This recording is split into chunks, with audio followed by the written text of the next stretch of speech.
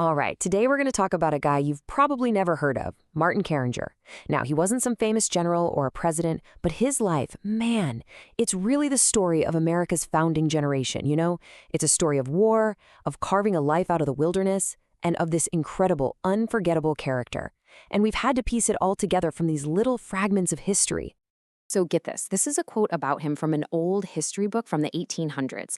It says, "A more generous man never lived," but also talks about his terrible vituperations, which is just a fancy way of saying he had an explosive, fiery temper. So how does that work? How can you be the kindest guy around and have this terrible temper? That's the puzzle we're digging into. So that really brings us to the big question, right? Beyond these wild stories, who was the real Martin Carringer? How did he go from being just some kid to becoming this absolute pillar of his community? Okay, so here's the thing. To figure this out, we have to basically become historical detectives.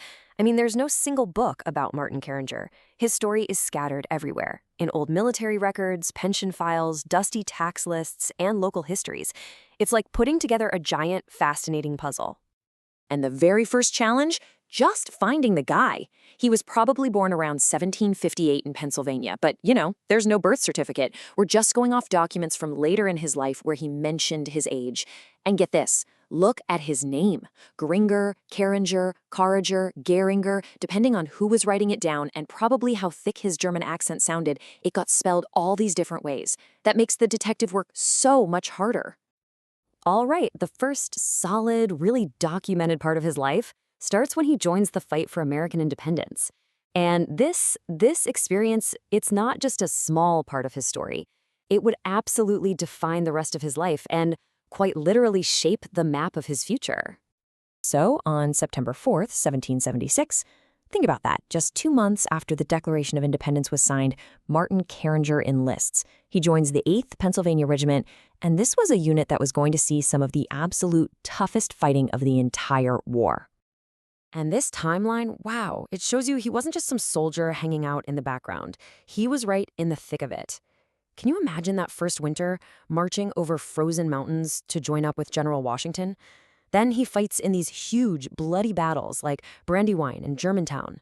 And yes, he was there. He survived the legendary, brutal winter at Valley Forge. And then, for the rest of the war, he gets sent to the Western frontier, which was a whole different, incredibly dangerous kind of fight. And for all of that, for all the sacrifice, the battles, the marching, the freezing winters, this is what he got paid. $6 2/3 a month. That's it. This really tells you this was not about getting rich. It was about believing in something. This number, it just puts his commitment into a whole new perspective, doesn't it? See, the new government didn't really have a lot of cash. So for soldiers like Martin, they paid them in something else they did have, land. Pennsylvania came up with this system called donation lands. The promise was, if you serve, we'll give you a piece of the massive, untamed wilderness out west. And that promise, it would become the foundation for the entire second half of Martin's life. So that brings us to the next chapter of his life. The war is over. Martin Carringer, the battle-hardened veteran, now has to become a pioneer. He's holding a deed for 200 acres of land that he has never, ever seen. So sometime around 1796, which is more than 10 years after the war actually ended, he finally makes the journey to his land. And this isn't a town, it's not even a village. It is 200 acres of nothing but dense forest in what we now call Mercer County, Pennsylvania. He was one of the very, very first settlers in that whole region. And this quote from a local history really paints a picture of the incredible isolation he must have felt. It says when he arrived, he traveled north as far as Conneaut Marsh without meeting a single settler. Just think about that. Miles and miles of wilderness and not another soul in sight. It's just him, his family, and the frontier. But he wasn't alone for long. He and his wife, Maria Magdalena, though everyone just called her Molly, they started a family.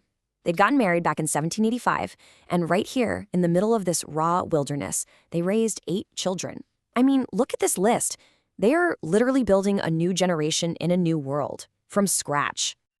So as the area slowly starts to get settled, Martin's reputation just grows. And this is where we get back to that fascinating, contradictory character, right? The super generous guy with the hair-trigger temper. He wasn't just some quiet farmer. He became a local legend. Okay, this is probably my favorite story about him. One year, he has this massive corn harvest, a huge success. So this guy comes by, wants to buy it all. And he admits, yeah, I'm a speculator, I'm going to sell it later for a big profit. Martin's response is just incredible. He basically asks him, are you in need? Are you poor? The guy says no, and Martin says, then you can't have mine. I raised my corn to give away to the destitute settlers who actually need it. I mean, come on, it just perfectly shows you his rock-solid principles. And this quote from a local history really sums up his public life perfectly. If there was a project that he thought was good for the community, he was all in, his hearty support. But if he thought something was a bad idea, or maybe a little corrupt, oh, you were going to hear about it, and you were going to hear about it loudly. There was just no middle ground with Martin Carringer. And you know what? His support wasn't just talk. He put his money where his mouth was. When the community needed its very first church, who was the biggest donor? Him. Decades later, when they needed a new church building, who was the biggest donor again? Martin Carringer. He built this legacy of absolute integrity. But there was always that one condition. His generosity, his help, was only for the poor and helpless, not for people trying to take advantage.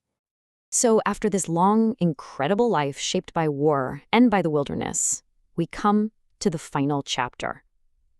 How does a man like this, who built everything from nothing, secure his legacy and provide for the family he created? He passed away on January 25th, 1835. He was nearly 80 years old. Just think about what he saw in his lifetime. He saw the birth of a nation, he fought for its survival, and then he personally carved a life and a family out of its frontier.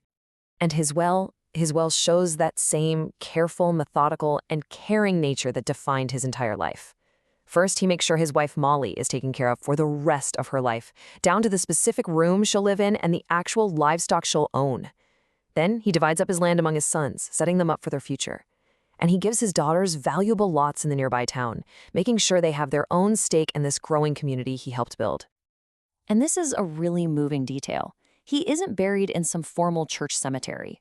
His final resting place is in a pasture, on the very same 200 acres he got for his military service, the land he turned from wild forest into a home. The tombstone is simple, direct, just the facts. And his wife, Molly, the woman who was with him on that entire pioneer journey, she lived for another 15 years. And because her husband's service was so well documented, she received a widow's pension from the government. It was kind of a final thank you from the country they both helped build. So we'll end our look at his life with this final verdict from the people who knew his story best. It's a pretty remarkable tribute, right? It says that it's rare to find a character who deserves more praise than Martin Carringer got from his own neighbors. So even with that famous temper, his fundamental goodness, his integrity, it just earned him the highest possible respect from everyone around him. But you know, in the end, Martin Carringer's story isn't just about one guy. It's kind of a template for an entire generation. And it really makes you wonder, right? How many other foundational stories just like this are out there, hidden in plain sight in some faded old documents, just waiting for a little detective work to bring them back to life?